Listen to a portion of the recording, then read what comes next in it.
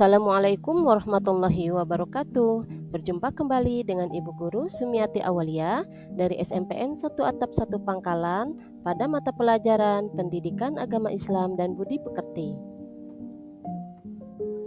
Pada pembelajaran kali ini, kita akan belajar materi Al-Quran dan Hadis sebagai pedoman hidup pada fase D atau pada kelas 7. Sebelum mulai pada pembelajaran, mari kita baca pantun pemantik terlebih dahulu.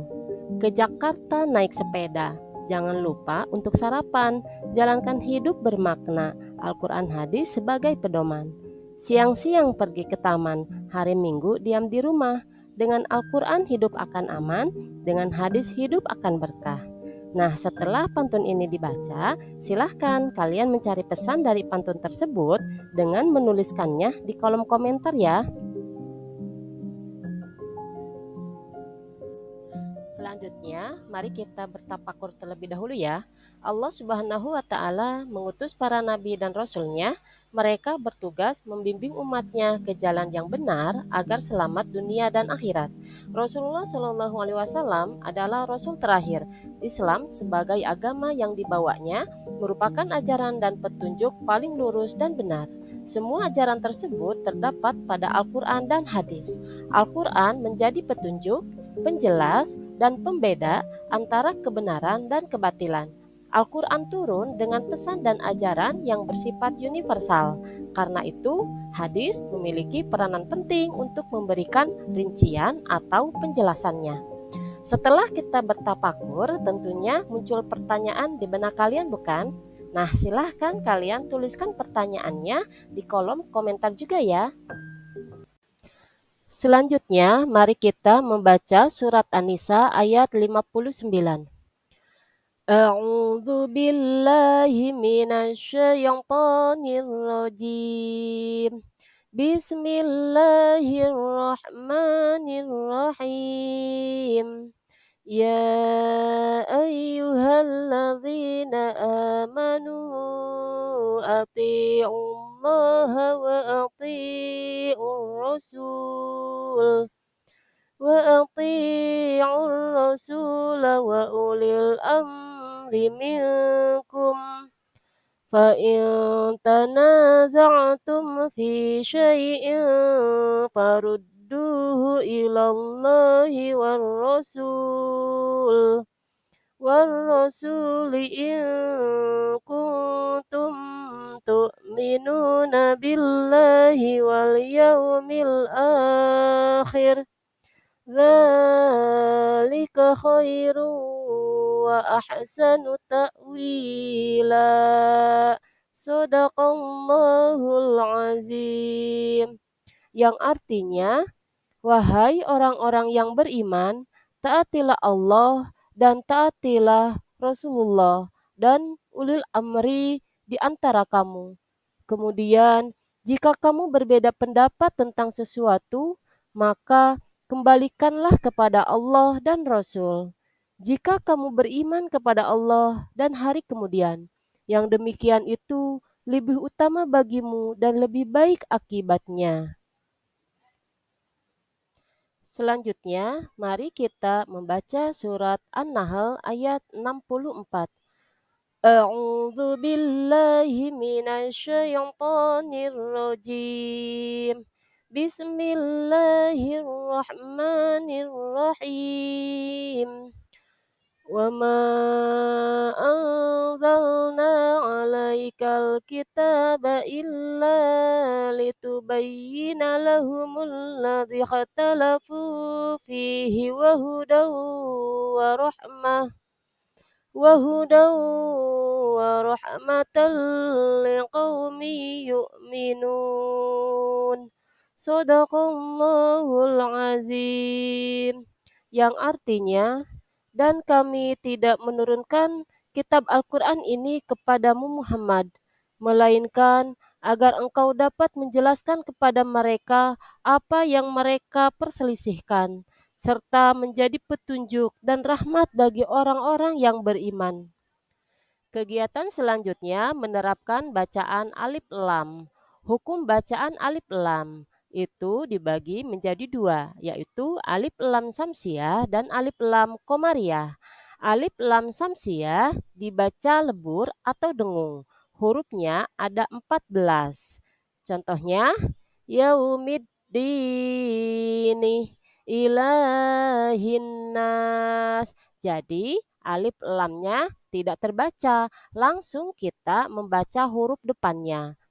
Kemudian untuk alif lam komariah ini dibaca jelas. Hurufnya ada 14. Contohnya Rabbil alamina fil ardi. Alif lamnya terbaca dengan jelas atau izhar. Jadi tidak melebur pada huruf di hadapannya. Selanjutnya, perbedaan alif lam komariah dan samsiah. Ciri alif lam samsiah. 1. Alif lam dibaca lebur atau izgom. Contohnya, minan nasi. 2. Ada harokat tasjid atau syiddah di atas huruf yang terletak setelah alif lam sukun. Contohnya, minan nasi. Jadi, setelah ada alif lam, ada harokat tasjid atau syiddah. Ciri alif lam komariah. 1. Alif lam dibaca jelas atau ijhar. Contohnya bil goibi. Jadi alif lamnya terlihat bacaannya. 2. Ada tanda sukun di atas huruf alif lam sukun. Contohnya bil goibi. Jadi di atas huruf alif lam ada tanda sukun. Selanjutnya, mari kita lihat contoh alif lam komariah dan alif lam samsiah pada Quran Surat An-Nisa ayat 59. Di sini, Ibu membuat garis merah untuk alif lam samsiah dan garis biru untuk alif lam komariah. Pada Quran Surat An-Nisa ayat 59 ini terdapat hukum bacaan alif lam samsiah yaitu alladzina ar-rasula war-rasuli. Nah, kemudian hukum bacaan alif lam komariahnya al-amri wal yaumi al-akhir.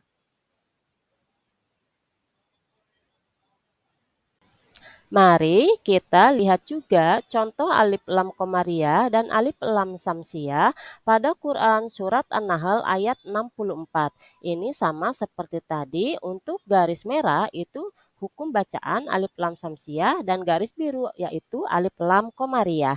Nah, pada surat An-Nahl ini ayat 64 terdapat hukum bacaan alif lam samsiah yaitu alladzi, dan untuk alif lam komariahnya Alkitab. Pada kegiatan selanjutnya, mari kita belajar memahami isi kandungan Quran Surat An-Nisa ayat 59. Quran Surat An-Nisa ayat 59 ini menjelaskan untuk patuh dan taat kepada Allah Subhanahu wa taala, Rasulullah Shallallahu alaihi wasallam, dan pemimpin-pemimpin kita. Ketaatan ini adalah mutlak dan tidak bisa ditawar-tawar lagi. Orang yang taat kepada Rasulullah Shallallahu alaihi wasallam pada hakikatnya ia juga taat kepada Allah Subhanahu wa taala. Hal ini dikarenakan tidak ada satupun perintah Rasulullah Shallallahu alaihi wasallam yang bertentangan dengan perintah Allah Subhanahu wa taala. Taat kepada Allah Subhanahu wa taala adalah mengikuti ajaran Al-Qur'an. Sedangkan taat kepada Rasulullah Shallallahu alaihi wasallam dengan mengamalkan sunnah-sunnahnya. Sebagai orang yang beriman, wajib beriman kepada Allah Subhanahu wa taala dan Rasulullah Shallallahu alaihi wasallam sebagai pembawa risalah dari Allah Subhanahu wa taala. Selanjutnya, ketaatan kepada ulil amri meliputi ketaatan baik pada pemerintahan maupun para ulama. Taat kepada pemimpin hendaknya dibingkai dengan ketaatan kepada Allah Subhanahu wa taala dan Rasul-Nya. Ketaatan pada mereka tidak boleh bertentangan dengan apa yang diperintahkan dan apa yang menjadi larangannya. Adapun untuk isi kandungan Quran Surat An-Nahl ayat 64 yaitu Nabi Muhammad Shallallahu alaihi wasallam diperintahkan olehnya untuk menjelaskan apa yang diperselisihkan dalam perkara agama. Penjelasan ini akan menjadikan manusia dapat membedakan perkara yang benar dan salah. Al-Quran menjadi tuntunan menuju jalan yang benar, juga menjadi rahmat atau kebaikan bagi semua orang. Dari kedua ayat tersebut menjelaskan bahwa Al-Quran dan hadis menjadi sumber ajaran dan pedoman dalam menjalani kehidupan. Al-Quran berfungsi sebagai pedoman dan sumber dasar, sedangkan hadis berfungsi memberikan penjelasan atau rincian, yakni dengan menjelaskan maksud ayat atau memberi bimbingan untuk berperilaku sesuai tuntunan Al-Quran. Nah, setelah kalian tahu bahwasanya Al-Quran dan hadis sebagai sumber ajaran Islam, apakah kalian sudah menerapkannya dalam kehidupan sehari-hari? Jika belum, mari kita terapkan, kita amalkan dalam kehidupan sehari-hari untuk mendapatkan kebahagiaan dunia dan akhirat. Alhamdulillah untuk pembelajaran kali ini sudah selesai. Mudah-mudahan dapat bermanfaat untuk kita semua dan Ibu akhiri. Wassalamualaikum warahmatullahi wabarakatuh.